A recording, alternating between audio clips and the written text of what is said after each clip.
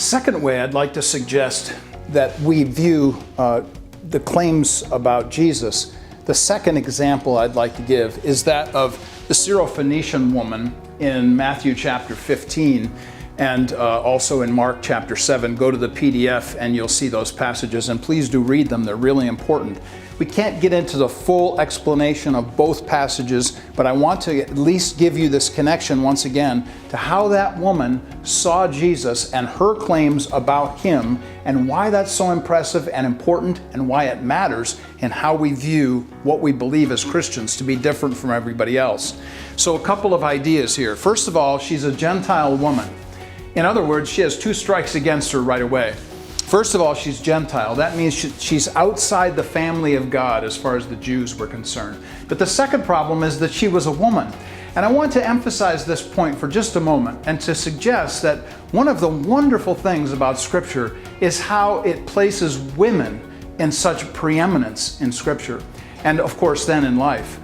Read all the way through the Bible and see how the Bible elevates women to their proper place, that is, in equality with men. It's really an important idea, one that suggests to us that when Scripture is being written and it emphasizes the claim of a woman, everybody's ears should perk up, because that's a statement about what that person thinks about the authority of Jesus.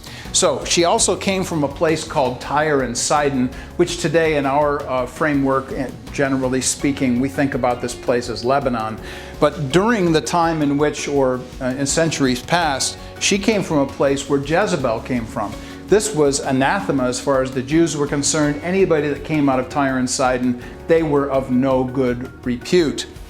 She had a demon-possessed daughter. She's coming to Jesus, pleading with him, please excise this demon from my daughter. That's her plea. Then, of course, what does she do? She goes back to identify not herself as a Gentile, but Jesus as the Son of David. Why is that so important? Why is that so impressive that this Gentile woman would do that? It's impressive because she is taking us back to Matthew chapter 1 and verse 1. In that very opening line in Matthew's gospel, Matthew says, this whole gospel, this whole track of historic documentation is about this Son of David, this linkage to First Testament teaching. And what is this ancient claim? That Jesus is Messiah. He's the one that God sent. So, what makes our claim different as Christians from all other views of life and things? How do we talk about Jesus? And what are the claims about Jesus? And one of the ways in which I think we can come at this particular issue is identifying people who seem to be outside the faith. We started with the centurion. Here we're talking about a Gentile woman. Next we're going to talk about Jesus. And oh, by the way, if you haven't read the PDF and you haven't read my story, please go do that.